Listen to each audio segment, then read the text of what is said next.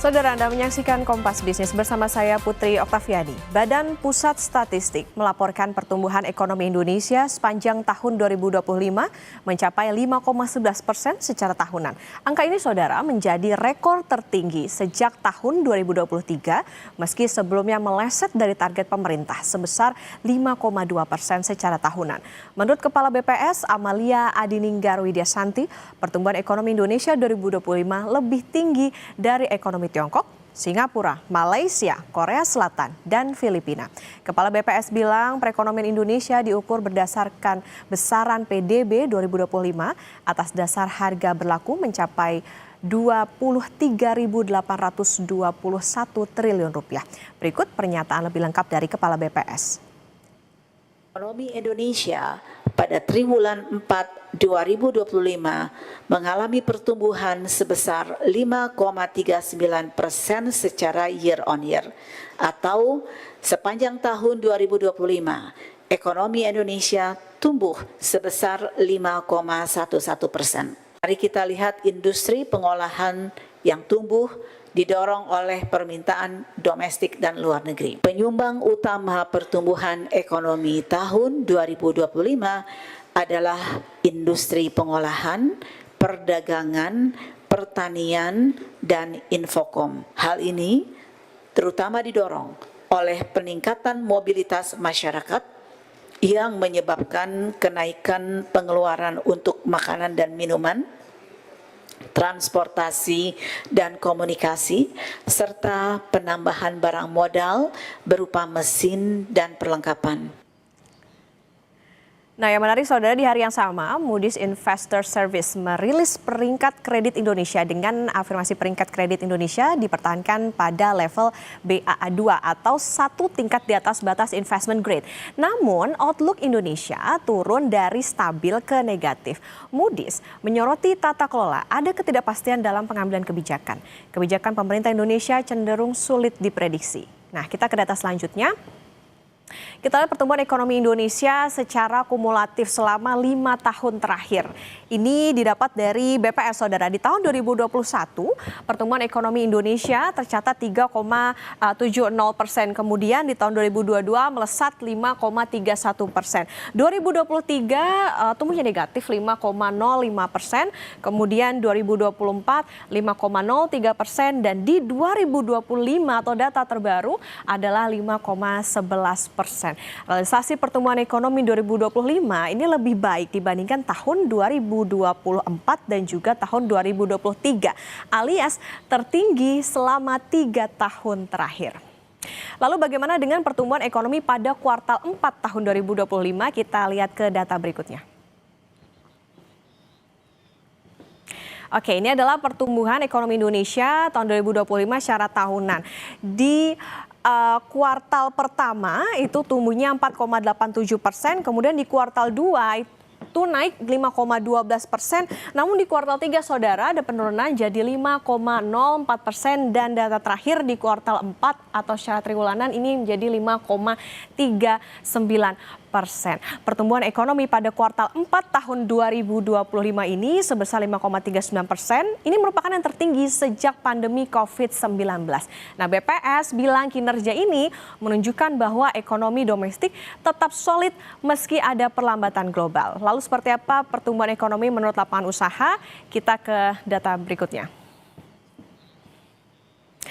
Namun, saudara, setelah BPS ini kan merilis ekonomi Indonesia tahun 2025 yang tumbuh 5,11%, dan pada kuartal 4 2025 tumbuh ini tadi 5,39%, tertinggi sejak pandemi COVID-19. Di hari yang sama, Moody's menurunkan prospek kredit Indonesia dari stabil jadi negatif. Muncul pertanyaan tentu, apakah angka-angka ini menunjukkan pertumbuhan ekonomi yang pulih dan sesuai dengan kondisi real di lapangan? Kita akan langsung bahas bersama dengan ekonom LPM FEB Universitas Indonesia, Tengku Rifki. Selamat pagi, Mas Rifki. Pagi, Mbak. Apa kabar? Oke, nah Mas Rifki, ekonomi data terakhir tumbuhnya 5,11%. Sebetulnya ini meleset dari target pemerintah 5,2%. Tapi Menkyu bilang ini sebetulnya udah lumayan. Nah, menurut pandangan Anda seperti apa?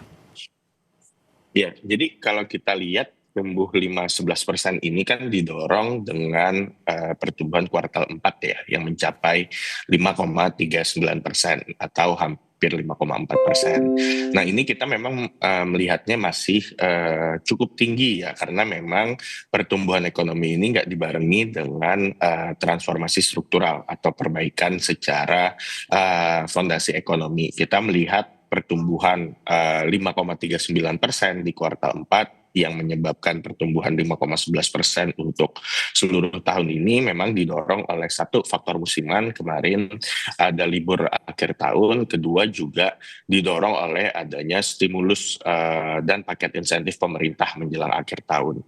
Jadi memang ini belum mencerminkan pertumbuhan yang memang memperbaiki daya beli masyarakat, satu, kedua juga memperbaiki tingkat kesejahteraan dan memperbaiki ketenaga kerjaan secara keseluruhan. Oke, berarti bisa dibilang ini belum jadi batas aman begitu ya, karena kalau kita melihat di kuartal 4 ini kan ada faktor musiman juga. Nah, Mas Rifki, pada kuartal 4 juga kan tumbuh tinggi dikatakan demikian, 5,39%. Ya oke tinggi, tapi kayaknya kita nggak lepas nih dari jebakan 5%. Nah ini apa sebetulnya PR maupun juga apa yang menjadi cerminan dari angka 5,39% ini? Ya, jadi kalau kita lihat memang ini kan secara keseluruhan itu kita melihat daya beli masih cukup lemah. Kenapa daya beli lemah? Daya beli lemah ini memang karena kurangnya penciptaan lapangan kerja yang berkualitas. Jadi kalau kita lihat memang paling nggak dalam beberapa tahun belakangan ini banyak sekali terjadi PHK massal, lalu kemudian pekerja yang bekerja di sektor informal, lalu juga pekerja-pekerja yang tidak memiliki banyak perlindungan sosial. Nah, kenapa ini terjadi? Salah satu faktor utamanya adalah karena lemahnya iklim investasi. Jadi kalau kita lihat kemarin itu sebetulnya di 2025 di 3 triwulan terakhir itu FDI atau penanaman modal asing itu tumbuhnya negatif. Sehingga kemudian tidak menciptakan lapangan kerja secara massal, tidak menciptakan lapangan kerja yang berkualitas, sehingga juga tidak menciptakan transfer teknologi ke tenaga kerja di dalam negeri. Sehingga kemudian ini kita melihat di 2025 itu walaupun ekonomi tumbuh 5%, tapi nggak mencerminkan kenaikan produktivitas. Karena tadi utamanya adalah di penciptaan lapangan kerja. Nah ini juga sebetulnya cukup sejalan dengan data Kementerian Keuangan. Di 2025 itu pajak pertambahan nilai dan pajak penghasilan itu tumbuhnya malah negatif gitu. Jadi ini hal yang sebetulnya sangat jarang terjadi kalau tidak sedang dalam krisis. Jadi ini menunjukkan bahwa penerimaan pajak penghasilan, penerimaan pajak pertambahan nilai yang negatif menunjukkan bahwa daya beli ini masih struggling, juga produktivitas baik dari sisi perusahaan maupun individu juga masih sulit untuk tumbuh selama tahun 2025.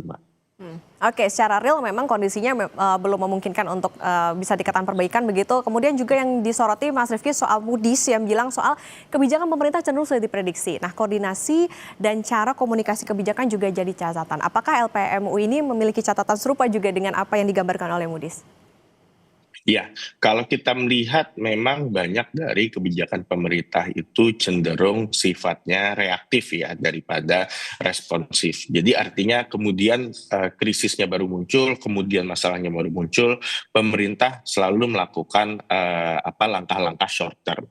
Contohnya apa? Contohnya kemarin saat keluar misalnya assessment dari MSCI itu kemudian pemerintah langsung menyiapkan Danantara sebagai standby buyer. Padahal yang diperlukan adalah untuk pemerintah melakukan transformasi struktural, kemudian mengadjust masalah-masalah yang ada di financial market dan seterusnya. Begitupun juga kalau kita lihat contoh lain, misalnya masalah struggling sektor tekstil. Alih-alih kemudian memperbaiki penegakan hukum, memperbaiki iklim usaha, justru pemerintah berencana membuat BUMN tekstil. Jadi memang banyak dari kebijakan pemerintah sekarang itu sulit diprediksi dan cenderung sifatnya reaktif, mendorong dominansi negara, sehingga kemudian dari sisi pasar ini sulit menciptakan pasar yang memiliki persaingan yang sehat secara umum. Oke, ini tentunya masih ada beberapa PR bagi pemerintah. Di atas kertas mungkin datanya juga terlihat cantik, tapi yang jadi catatan itu ada tadi faktor secara musiman, dan kalau Menkyu Purbaya punya optimisme bisa tumbuh sampai 6%, tentu masih banyak perbaikan yang perlu dilakukan oleh pemerintah. Terima kasih ekonom LPM FEB Universitas Indonesia, Mas Tengku Rifki sudah bersama di Kompas Bisnis. Sehat selalu.